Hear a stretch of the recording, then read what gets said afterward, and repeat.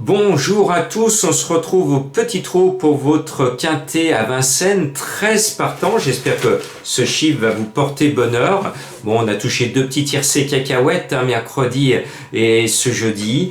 On va essayer de continuer à fêter l'apéro. Merci à ceux qui m'ont souhaité la fête de la Saint-Jean.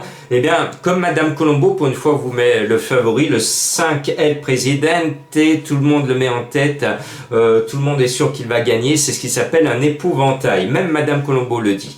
Le 10, Catch My Love, eh bien c'est celui qui fait battre mon petit cœur.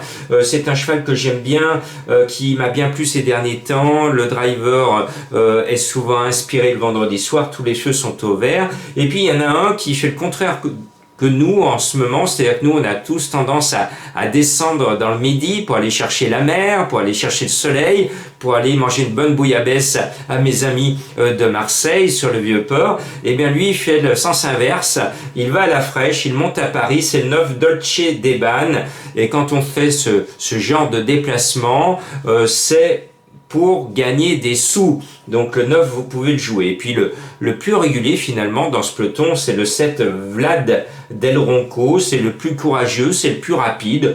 Normalement, elle devrait rentrer dans les 5 sans trop de problèmes. Et puis, il y a le 4 de la Chenevière. Je l'aime bien, je l'ai toujours estimé. Mais quand elle est dans un tout petit lot et qu'elle est déclassée, elle n'arrive pas à rentrer dans les 3. Et quand elle est dans un super lot, comme aujourd'hui, c'est là où elle se surpasse. Donc normalement, elle devrait se surpasser, ce numéro 4, et être à l'arrivée. Et puis, le 11 Caïd Doré, il a un moral de poulain. Actuellement, ce vieux cheval qui avait montré depuis belle lurette ses limites, en ce moment, il ne touche plus terre. Il est mignon tout plein, son entraîneur est confiant. Moi, j'aime bien. Il joue les Caïds, qu'il les joue jusqu'au bout, et il nous fera plaisir. Le 13 Emperor The Best, il était loin d'être The Best ces derniers temps. Il a collectionné les déceptions, les bulles, et puis le dernier coup, il se réveille, il prend un bel accessi, donc ça veut dire ça lui a fait du bien au moral.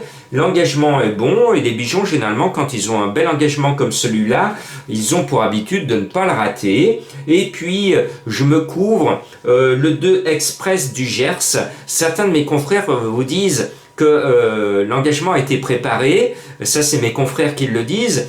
Et quand vous écoutez vraiment JMB, moi je l'ai écouté, il dit le cheval n'est pas au top, il a été malade, il n'est pas à 100%. Bon, je le déchire, mais il peut être 4-5e. Mais on a connu Jean-Michel Bazir beaucoup plus chaud il n'y a pas si longtemps et tout au long de l'hiver.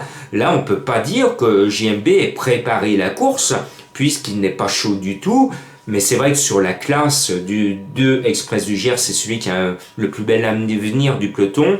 Il peut être là, mais s'il y a un favori qui doit décevoir, ce sera en priorité ce numéro 2. N'oubliez pas que c'est un Black Friday, et statistiquement, depuis le mois de juin 2020, les quintés au trou du vendredi sont souvent une belle aubaine pour les gros tocards à 40, 50 ou 100 contre 1.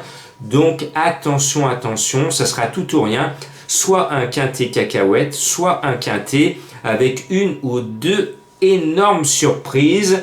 À vous de voir quel scénario vous voulez jouer. Et puis je suis triste, je termine là-dessus par le fait que depuis 30 ans, 40 ans même que je suis passionné de chevaux, parce que j'étais passionné depuis tout petit déjà, avec mon papa qui faisait mes petits jeux. Voilà, j'ai toujours défendu notre sport, notre magnifique passion du cheval. Et depuis quelques mois, on a eu un entraîneur qui s'est retrouvé en prison. On a eu un jockey qui a fait la une malheureusement de l'actualité avec un de ses confrères aussi qui était dans cette même affaire. Les deux, on ne les voit plus dans les programmes. Celui qui est en prison non plus. Et puis un nouvel entraîneur vient de se faire interdire de course et interdire d'être entraîné, d'être entraîneur. Voilà, je ne cite pas son nom parce que moi j'aime pas balancer des noms comme cela, mais je trouve que c'est triste. Depuis quelques mois, il semblerait qu'on soit revenu dans les années 70, à l'époque de Monsieur X, où certains truquaient les dés. Les dés étaient pipés. Voilà. Et on fait un saut dans le passé de façon extraordinaire, alors que j'ai toujours dit, et je le dis encore aujourd'hui, le sport des courses est le sport le plus contrôlé au monde, et moi je continue à croire en mon sport préféré et en ma passion que le meilleur gagne et que le plus propre soit à l'arrivée.